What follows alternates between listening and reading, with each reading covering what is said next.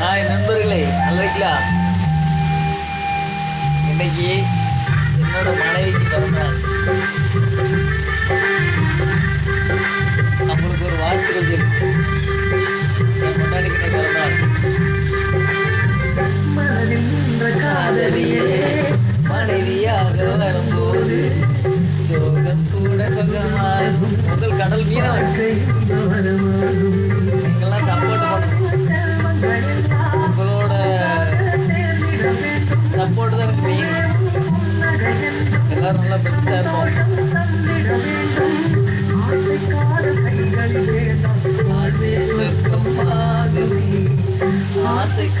கைகளில் சேர்ந்தால் வாழ்வே சொர்க்கம் ஆகுமே.